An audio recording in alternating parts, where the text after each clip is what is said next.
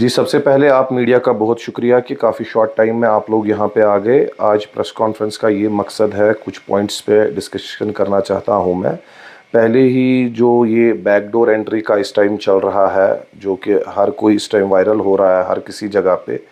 पहली बात, ये बैकडोर एंट्री तो होनी नहीं चाहिए, क्योंकि इससे जो है बैकडोर एंट्री से जो है इसके जो कॉन्सिक्वेंसेस निकलते हैं वो बहुत ही गलत निकलते हैं।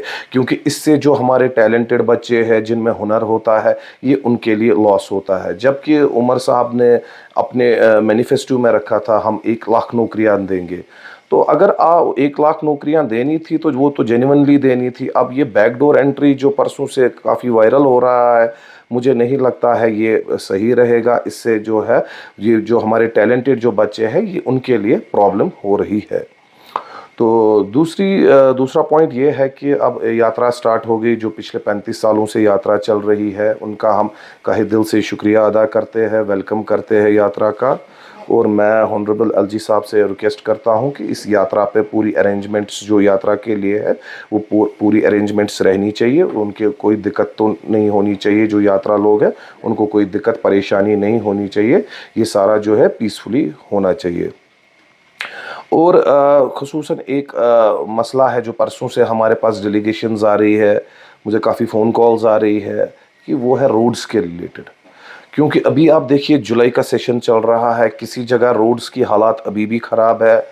ना कुछ मैग्डमाइजेशन का हो रहा है, ना ही कुछ हो रहा है। अगर बारिश मामूली सी पड़ती है तो पानी जमा होता है, आवाम को चलने में फिरने में काफ़ी दिक्कत होती है।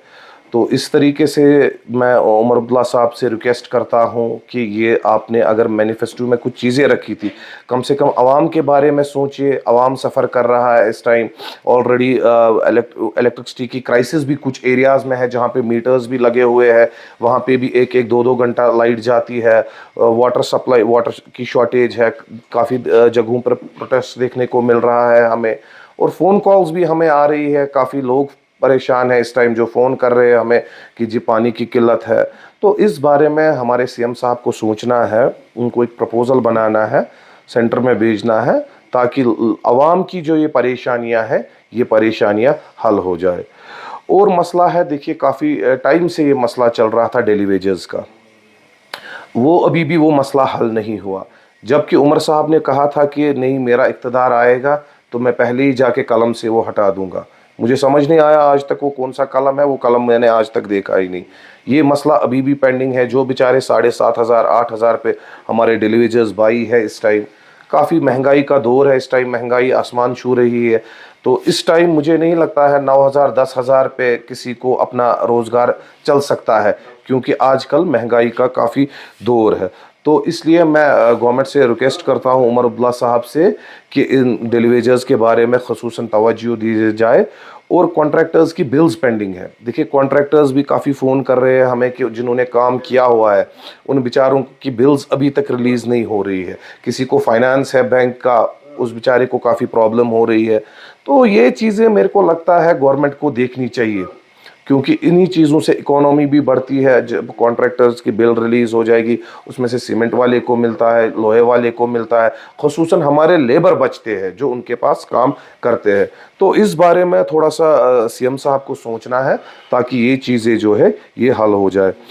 और इंशाल्लाह हमारी पार्टी, जैसे कि आपको पता है, जनता दल यूनाइटेड इस टाइम ज़मीनी सतह पे काम कर रही है। हर किसी डिस्ट्रिक्ट में हम जाते हैं, फार फ्लंग एरियाज़ में जाते हैं जहाँ पे हमें लगता है लोग सफ़र कर रहे हैं, जो बिलो पॉवर्टी लाइन के लोग सफ़र कर रहे हैं, उनके लिए इस टाइम जेडीयू आवाज़ उठा रही है। तो इंशाल्लाह हमारी मीटिंग्स भी आए दिनों रहती है, ज्वाइनिंग्स भी हमारी आए दिनों रहती है। अगर किसी को भी कोई प्रॉब्लम हो, आवाम से गुजारिश करना चाहता हूँ, कुछ प्रॉब्लम हो तो हमसे राबिता करें। और इंशाल्लाह हम अब इलेक्शन की तैयारी करेंगे। अभी अगर इलेक्शन कमीशन ऑफ इंडिया की तरफ से नोटिफिकेशन आ जाएगी, जो यूएलडब्ल्यू म्यूनसिपल इलेक्शन है, काउंसलर सरपंच इलेक्शन है, जो बीडीसी डीडीसी, जब वो नोटिफिकेशन आ जाएगी, हम भी अपने कैंडिडेट्स जो है वो डिफरेंट डिस्ट्रिक्ट्स में खड़ा कर लेंगे। देखिए मैं तो निशाना नहीं बना रहा हूँ, मैं तो एज पर उनका जो मैनिफेस्टो है मैं उसके हिसाब से बात कर रहा हूँ। क्योंकि उनका मैनिफेस्टो जो था वो उसमें सब पॉइंट्स लिखे हुए थे। जो जो उनके मैनिफेस्टो में पॉइंट्स थे, एक भी वादा पूरा नहीं हुआ। आज भी आवाम परेशान है। गैस सिलेंडर्स बोला था, बाकी इलेक्ट्रिसिटी के कुछ यूनिट्स बोला था, लेकिन कुछ भी ग्राउंड पे इम्प्लीमेंट नहीं हुआ। मेरे को नहीं लगता है कि फिर उन्होंने ये जो मैनिफेस्टो, एक लीडर का मैनिफेस्टो लिखने से नहीं होता है। मेरा मैनिफेस्टो अगर है, मेरा मैनिफेस्टो ये है, लोगों की ज़रूरत है, वो मेरा मैनिफेस्टो है। मैनिफेस्टो लिखने से कुछ नहीं होता है। अब अगर मैनिफेस्टो लिखा मैंने, फिर वो मुझे बाज़ाब्ता प्रैक्टिकल ग्राउंड पे दिखाना है। देखिए, ये डॉक्टर्स डे तो ये अच्छी चीज़ है, ये अगर है, लेकिन इसमें एक चीज़ मैं गुजारिश करना चाहता हूँ, जिस तरीके से आपने ही मुझे याद दिलाया। तो परसों मुझे एक फ़ोन कॉल आई जीबी पंत हॉस्पिटल, जो हमारा चिल्ड्रन हॉस्पिटल बेमना में है।